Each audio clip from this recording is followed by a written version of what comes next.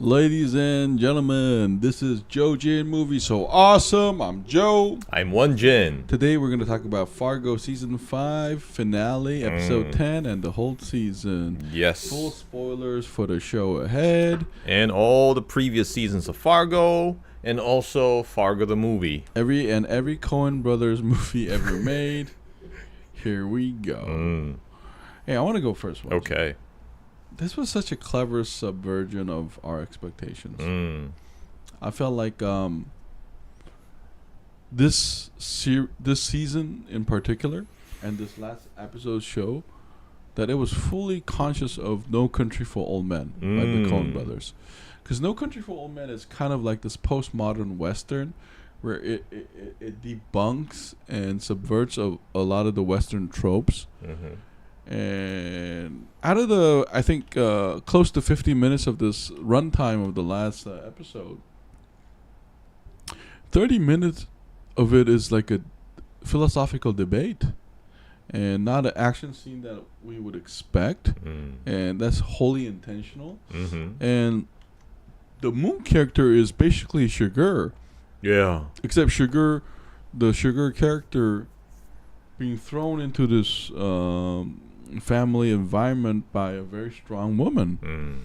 And I actually thought it was very clever. And even the way the non-violent scene was portrayed, it was very tense.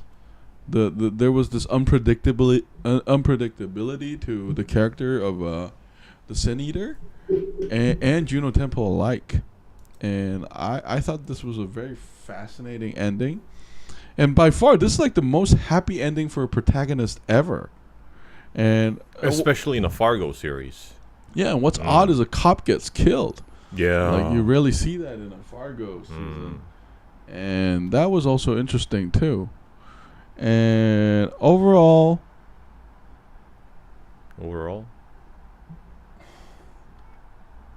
I still don't rate it as high as season 1 or 2, though. Like, because I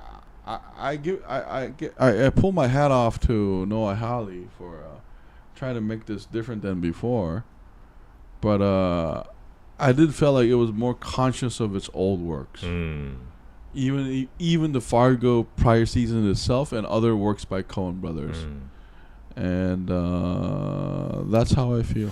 You know, I agree with you. I was expecting that the majority of the episode was going to be about the fight between the Tillman Ranch Patriots and the federal, the FBI and the cops. But after that all ended within like the first 15 minutes, I was kind of confused as to the intentions of the writers. Where are they going with this? And it was quite surprising, like you said. It felt like a variation of No Country for Old Men, because I did not know they would invest so much time in the last episode on the creepy guy. What's his name? The Sin Eater. And I really liked the conversation he had with Dorothy and her family, because it kind of gave me an idea what Sugar would have been like if he had met the right person to have conversations with. And it was as if watching someone trying to convince and persuade Sugar to think differently. But that obviously did not happen in No Country for Old Men. And everybody who has a conversation with him either dies or barely makes it alive without even knowing.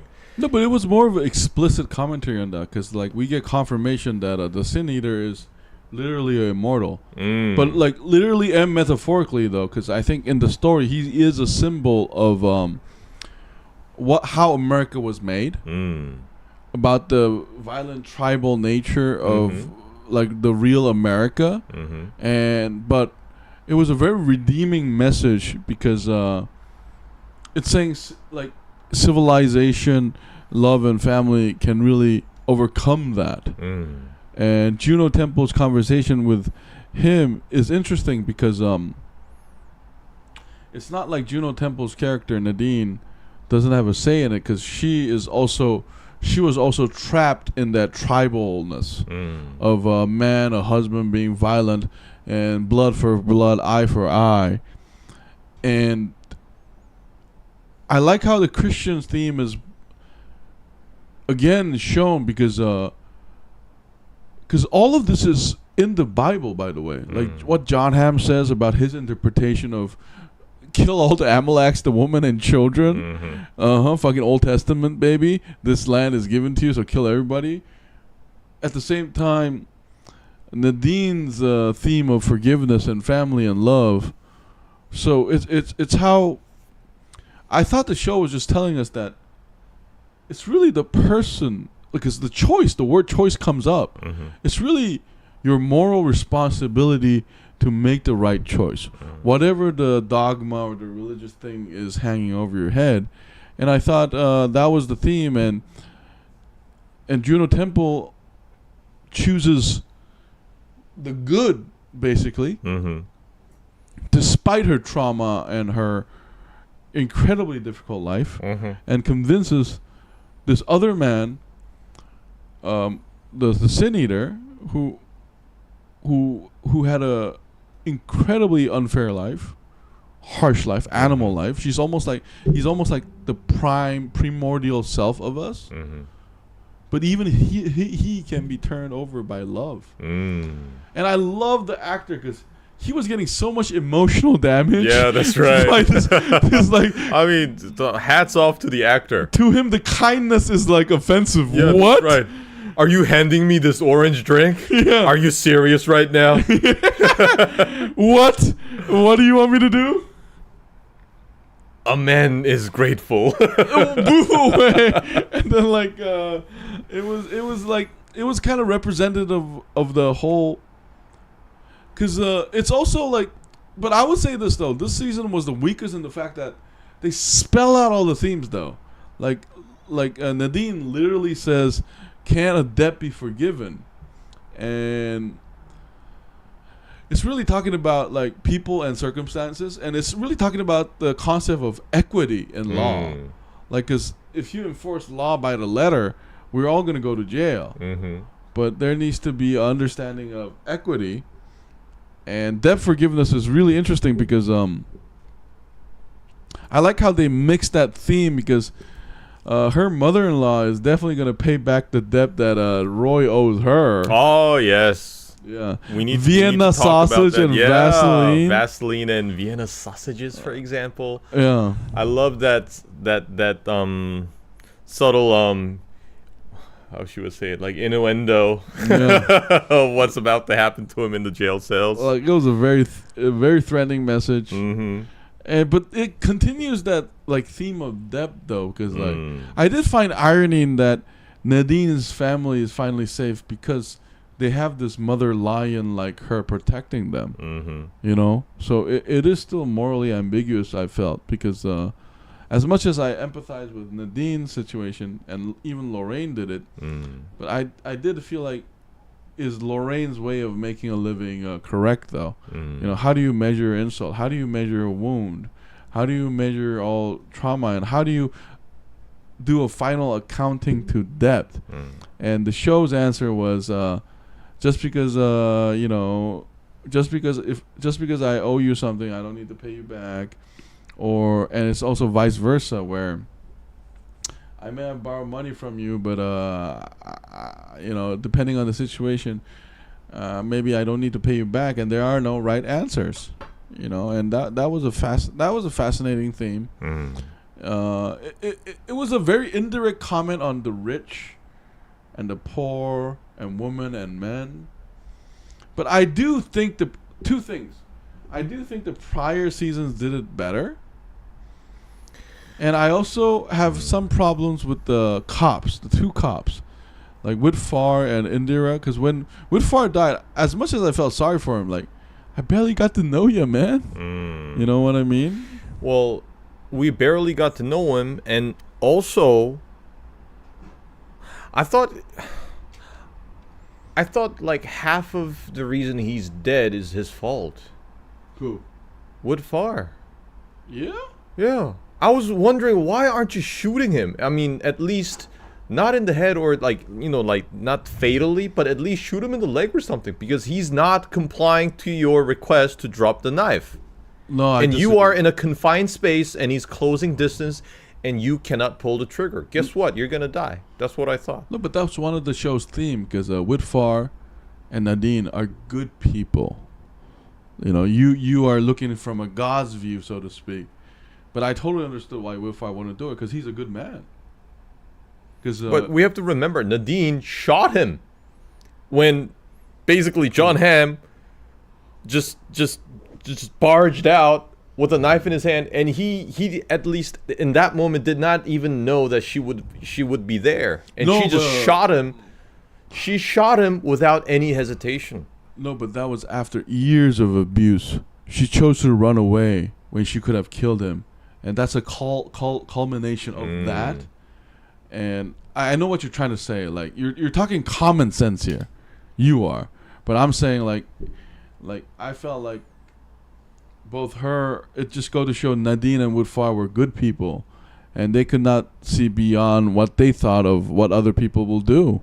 Because the very reason why Woodfire is doing this is because Nadine saved his life in episode 1. Remember? So I totally understood why he wouldn't shoot him. Like he's a good person.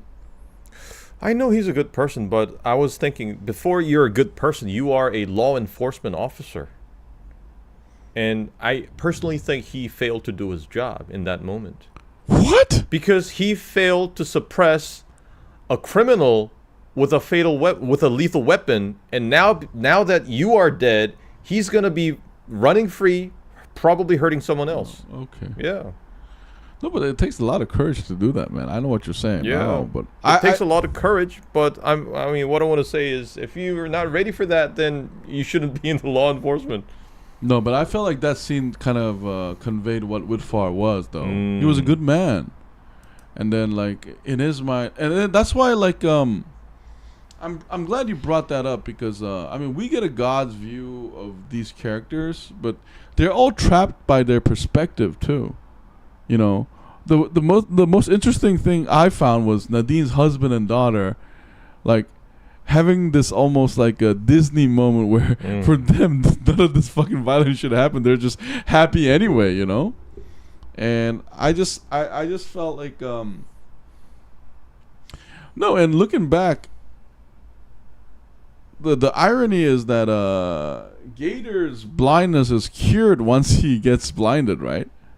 Didn't you find that funny where he basically rats his dad out? That's right. Finally finding out, like after being literally blinded, his eyes are open now. Yeah. And then there is this redemptive moment of him hugging Nadine. So, like, I think this show is more metaphorical and thematic than what you are actually saying. Because, Scott Walker, I got a Killer Word tattoo on my shoulder. It's a big one, and I'm worried if I go to America and I run to them, they'll find offense because killer words are part of their history. I'm sure they'll be all right, Scott Walker. What's up, Zedzi? Sorry, guys. I didn't get the notification. Hey, don't say sorry, Zedzi. We're just always appreciative of you joining in anytime. No, but I did feel like the reason why I mentioned Whitfire is because I felt like his death was not earned, though. Like, I have a different reason than you of being unhappy with it because I barely knew you. I felt like the Indira character and Whitfire character should have been just one. Yeah.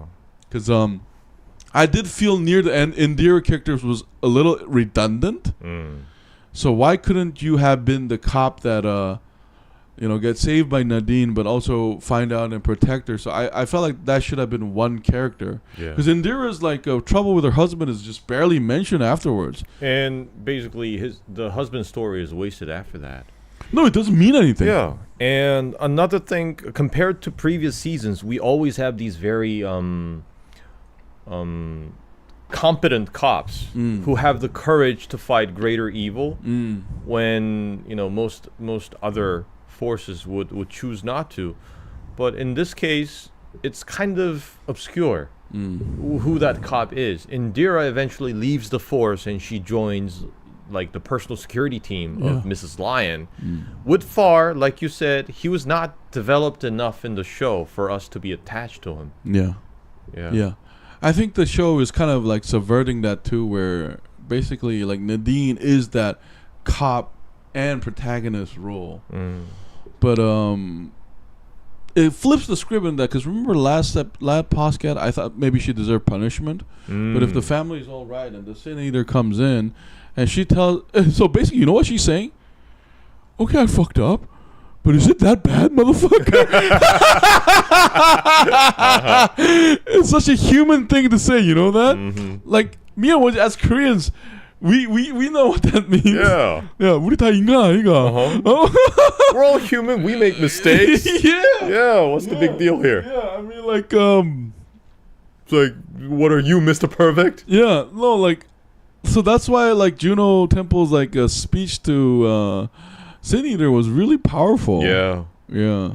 I also love the tension because it's difficult to see what he is feeling, because we see that he's not really conveying his emotions very well. So we're not exactly sure what's going to happen, but we know that he has his own his very own personal principle and code. No, but we do get an answer for why finally he got angry about the grandmother getting killed. Because like when Juno Temple said you had a mother, right?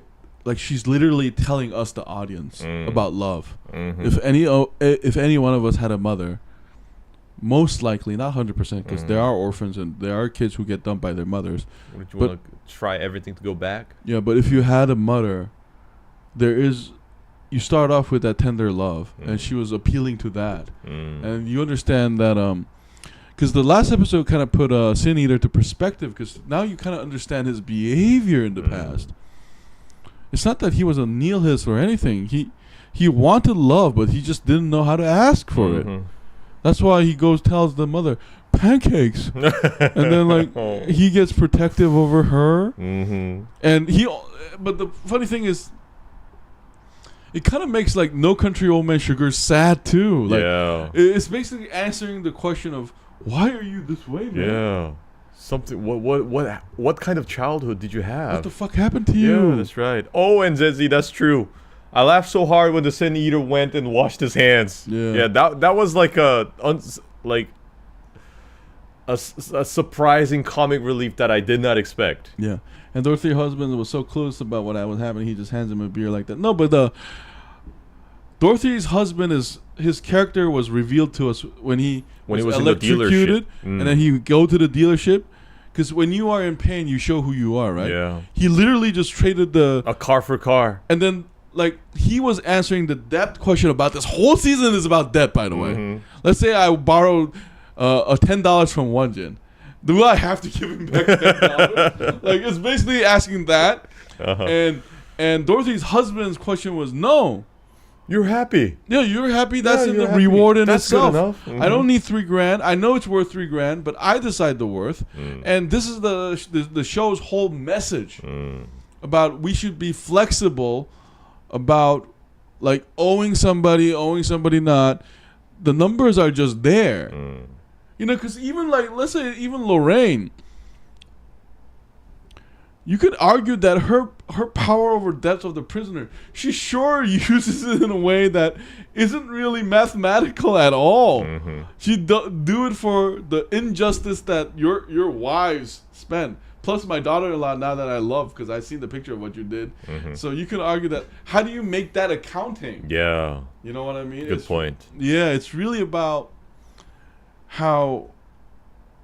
I'm gonna put it bluntly. It's all bullshit. you gotta look at the situation and be reasonable with it. Yeah, you know. And I think it's not just Dorothy's elegant way of persuading the Sin Eater, but also that giving without expectation her humanity, right? From her family. Yeah, that moved him. Yeah, because I bet Mook in his mind was like going 50-50, kill or let go.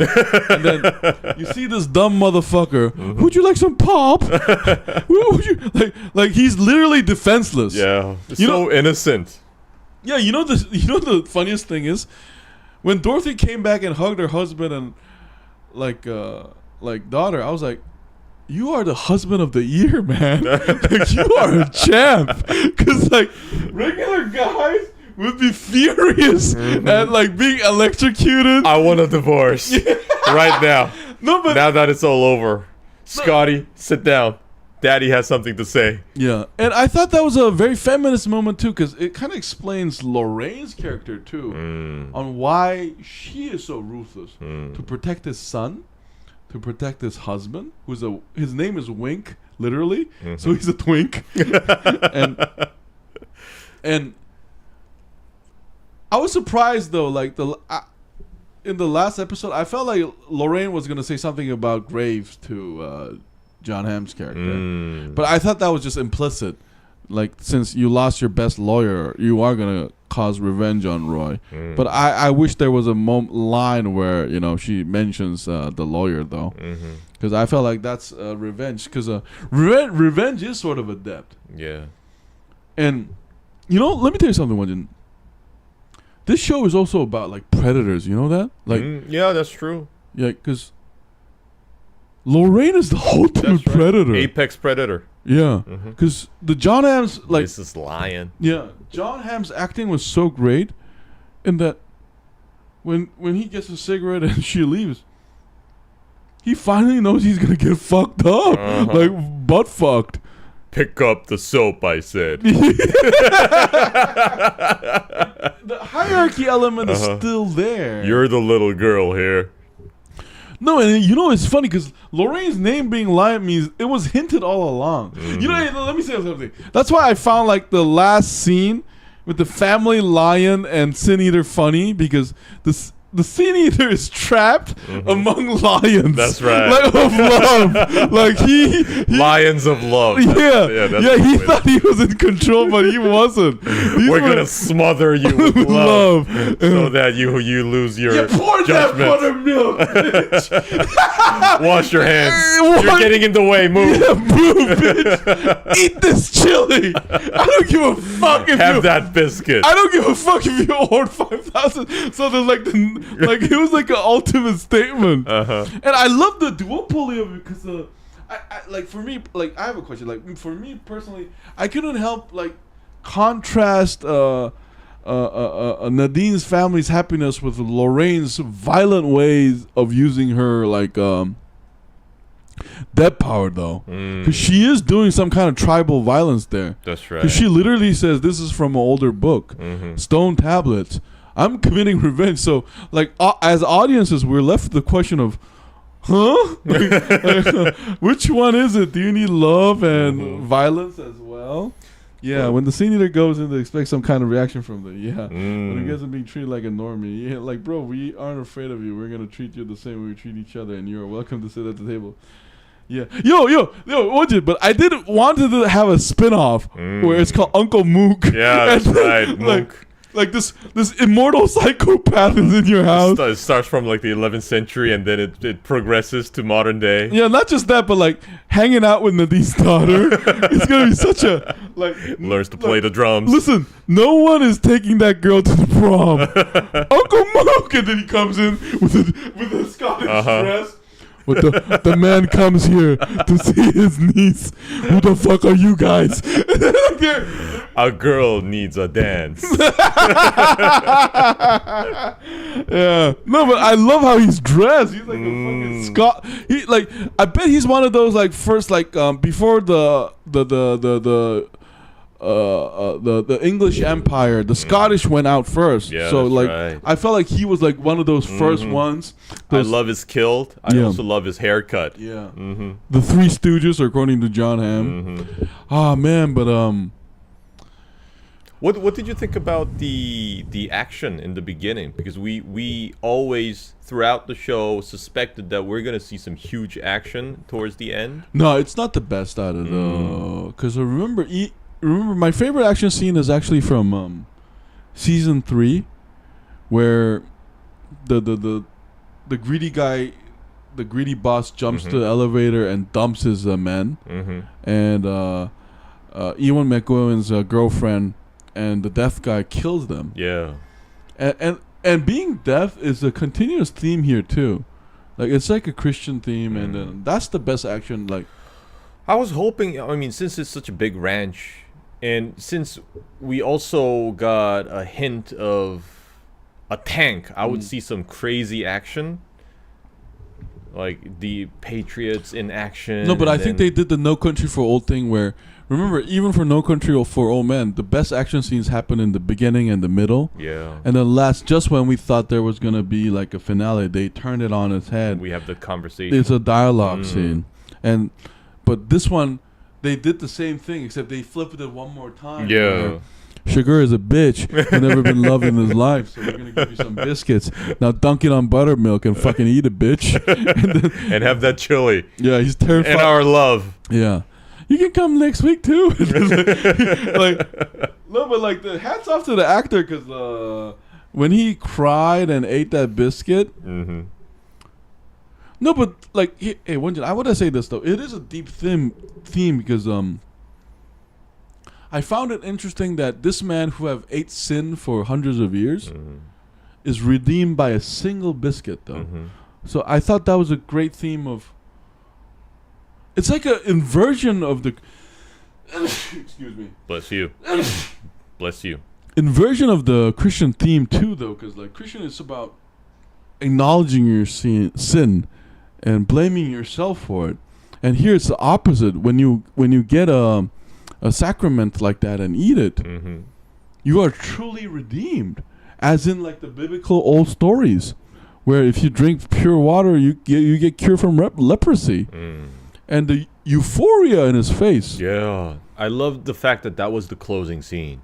No, because like it's like so Christian yet so unchristian, and so it continues to ask us like. What is the past? What is sin? Why do we need to account for it and pay back? What is the point of it?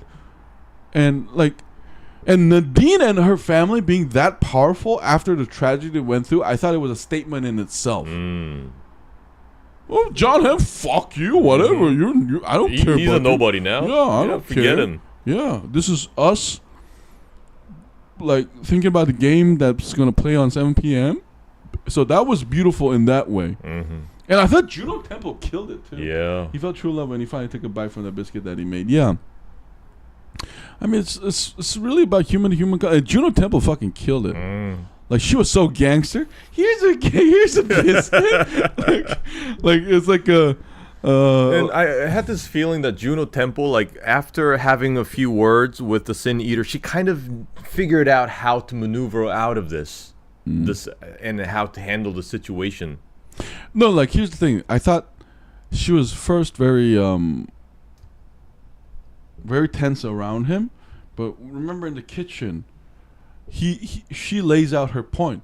So you got paid by Roy to kill me, and then you're also feeling some way about when I fucking knocked your ear out with my the hockey boots, I think. But hey, man. That's called risk, bitch. You knew the risk when you took the money. Yeah. Why the fuck is that my fault, bitch? Fuck you. No, break the fuck. So I thought, get the buttermilk. Yeah, like Dot was like a true gang. No, and here's the thing, Zedzi, though. Like I feel like Zot, like during the show, I have never seen like Dot lie though. Like Dot is like the only honest character almost, and Lorraine too. Ironically, you know, Lorraine is fucking honest as fuck. Like the boss. Yeah, I'm a debt collector. No. You're delusional, bitch. I want the painting. No. Yeah. So after that, I felt like, no, but like, it's not a trick when you're really being honest, though, right? Because if you really think about it, Lorraine being that capable, she could have put a fucking gun under the desk and shoot him in the dick. Like, I thought she was giving a real chance. And she's. And here's another theme, though. Like Nadine's character is all about personal power. Like, that disturbed John Hamm so much to ruin his own life, by the way. He could have just let her go. That's right. But what I think we as audience respect about Nadine is that she decides her own rule. And that doesn't mean she's arrogant, because the hug with Lorraine confirms that. Because Lorraine is like, Okie doke. Okay, I love you. I love you. Now My get daughter. Off. Now get off. Uh-huh. Okay, I love That's you. enough. Okay, fine. And then, but like she's and she in turn asks the Sin Eater, "It's your choice. If we're gonna do it, we're gonna do it another time." Yeah, here it makes the increase I showed you. Makes it then basically we get to do the killing after summer. Yeah, no, but she gave him a choice, and hey, by the way, like her language indicates that she was not backing down anything. That's right, and we can understand because now she's went through like 7 different hells. Yeah, no, to be where she is, and also like Sin Eater better like get a fucking like better prepare herself because like I would be shitting myself when I'm facing Nadine. Oh, she's all gunplay, son. She don't fuck around. Oh man, we talked so much about this one. And what is there any scene that you didn't like about this episode? I'll begin with mine. Okay. I hoped that there would be more action, like we mentioned earlier, and especially the moment when she and we forgot to mention Roy Tillman killing his father-in-law, Odin. Yeah, they were having that conversation, and Odin decides to insult his child. No, but the moment John Hamm killed Odin, I knew the action scene wasn't gonna matter. Like it's gonna be like I thought it was gonna be like a 5-minute thing. Yeah, and when Nadine shot John Hamm in the belly, he was down on the ground with the legs opened wide, and I was yelling at the screen like, "Shoot him in the dick! Yeah. Shoot him in the dick!" Because that would have been like the perfect culmination of all her like suffering and her will for revenge. I mean, she had to take his manhood away. No, but I thought it was a great opportunity right there. No, I thought it showed like Nadine's strength though. Oh, because if she does that, she becomes same as John Hamm. So like I thought it was like she could have done it, but when Whitfire jumps in, I thought it was like a character moment where we know she's better than him. You know, because John Hamm, we've seen him kill people in very, very dehumanizing ways, very disrespectful, without dignity. Because if you think about it, even Lorraine is dignified in this killing. In her killing, she gives you a chance. Here's a cigarette. You hope they don't rape you, but I'm not gonna get my hands dirty. Though. Like let the hyenas do the job. Yeah. John Hamm's is more like I can't decide which one is right and wrong. But I thought Nadine didn't have to kill him. She just had to shoot his dick off. That's not gonna kill him. That's true, but that's not my point, though. But I mean, I was disappointed by that. But 2 days later, it was all I recovered from all that with Reacher. Yeah. Reacher did all that for me. Yeah. No, like I think the fair criticism for this season will be comparing it with other seasons. Like I know what you're saying, but like for me, structurally, it made sense that Nadine would show mercy and Whitfire would come. Well, she didn't show mercy. She was about to shoot him when like something else broke off and he ran away. And Nadine was still concerned about getting him, which means that she wanted him dead. But she didn't. And or she couldn't. Right. That's a good one. That's a good point. And Whitfire going in there instead of her and dying. Like I thought it was a very powerful. And listen, like, would you rather have Nadine, the dick shooter, go back to her family? Like, cause let's think about Lorraine. She was already proud that you shot him in the stomach. Cause like, listen, if you have class, you don't just kill them by hanging them. You kill them slow. Because remember, this is a lesson that Lorraine taught us back in like episode 5. You thought dying is the worst thing? Yeah, exactly. If you have class, your revenge is class too. 108 times rape to start with, and then we talk about you dying. That's what you talking about? Vaseline and Vienna sausages, baby. Yeah. No, and by the way, hats off to John Hamm too, because he portrayed such a piece of shit. That's right. That like by the end of the fucking episode, it was just like when he slit Odin's throat and he was chasing after his wife to murder her as well. Yeah. As a witness. Yeah. It was just like irredeemable. And then, hey, I gotta give credit to this season. Though this season is the most Christian ever. like it's so much justice that there's so much karma. That's right. Like, cause it's very different from the past seasons, though. Like, past seasons it's more ambiguous. You know what I mean? That's right. Even the people we thought like deserved to have a happy life dies.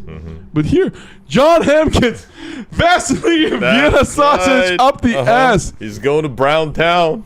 Yeah, I wish they do a spin-off so like Nadine's daughter and Mook visits Roy and his face is so emaciated having been to the train and he's got all these like drawings on his face, like deposit here. Like tears. He's got penis tattooed on his forehead.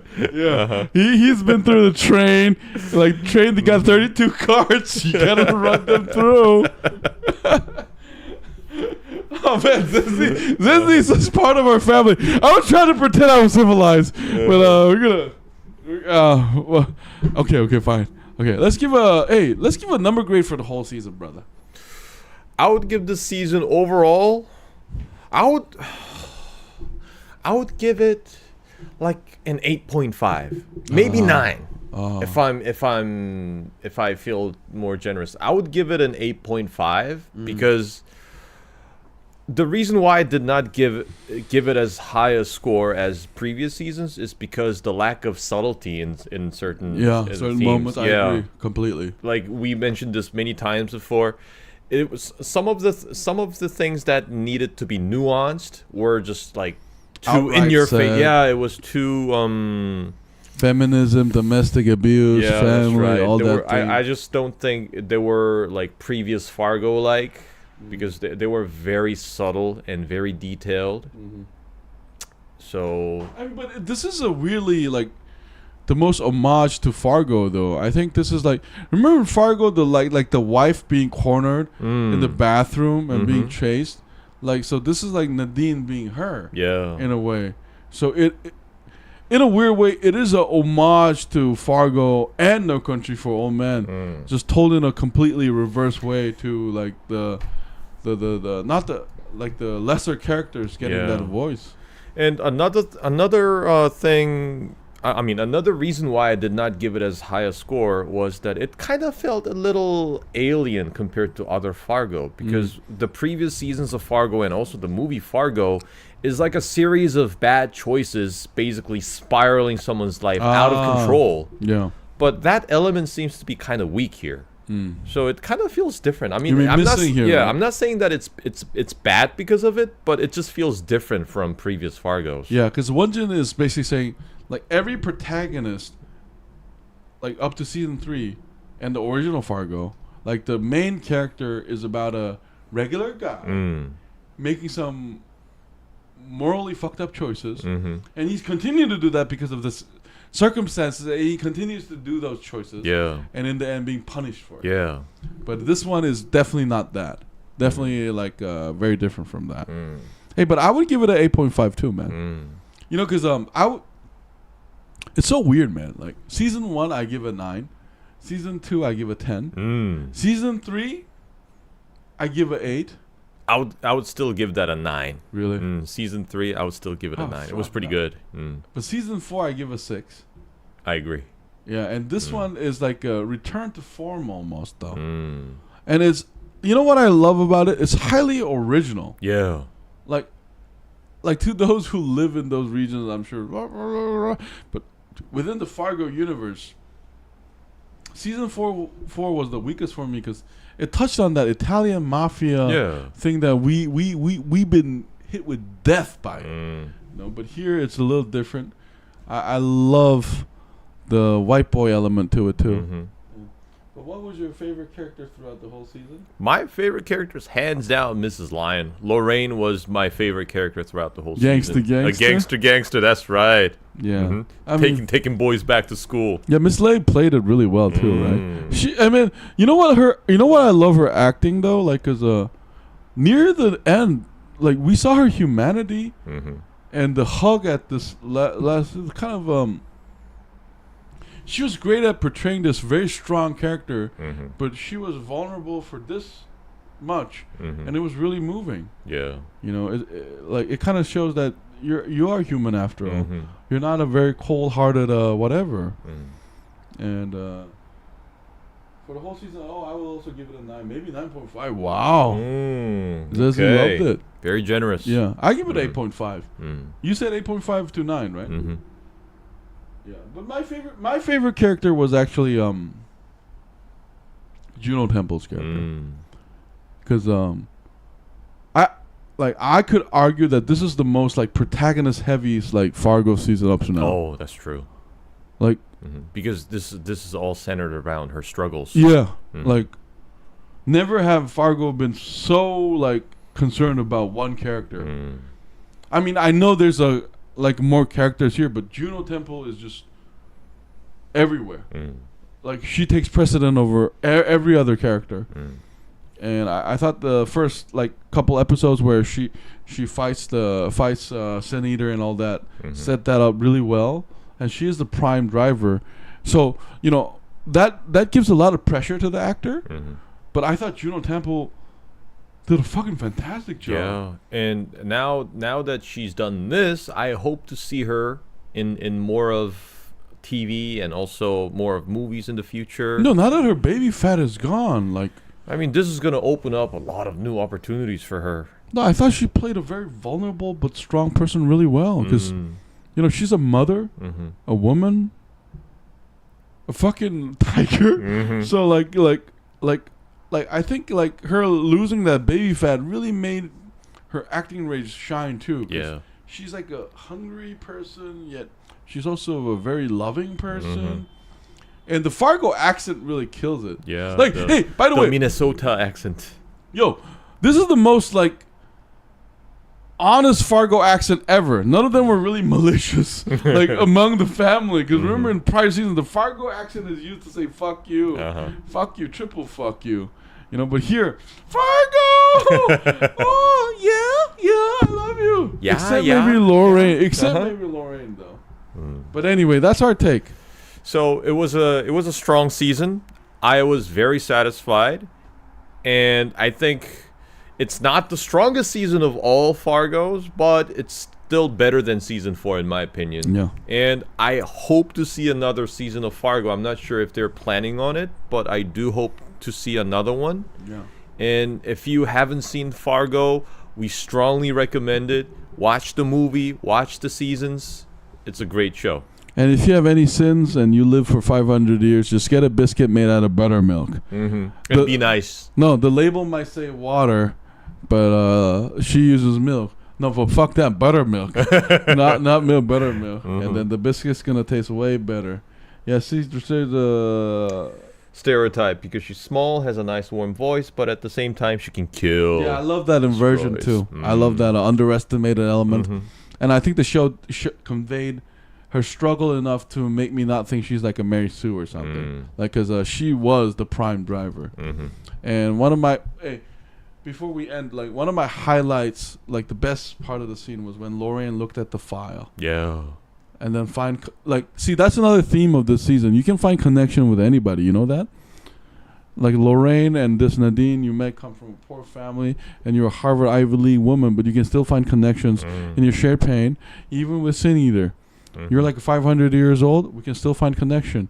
You lost love, we struggle too. And I thought this was like a very unique theme from the past Fargo, because in the past Fargo, the humanity of people is shown in the small families surviving despite the crazy world around them. But here it takes center stage.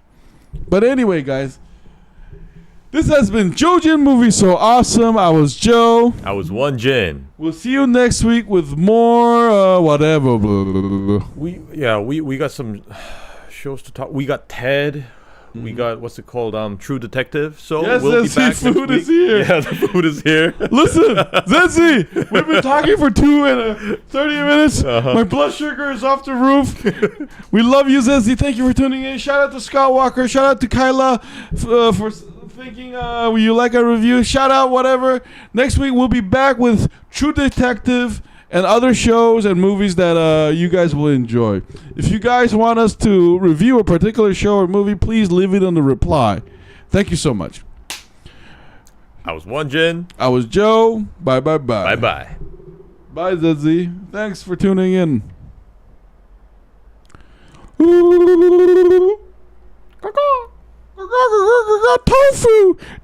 on my lips. Tofu on my nose. Tofu on my waist. I'm a tofu man of a show. Tofu on my ears. Tofu on my sleeves. Tofu on my knees. I love tofu everywhere. I take a bath for tofus. Tofu. Tofu. I marry a tofu. Tofu.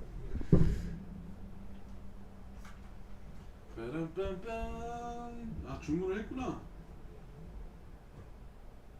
얼마 나왔지? 라라라라.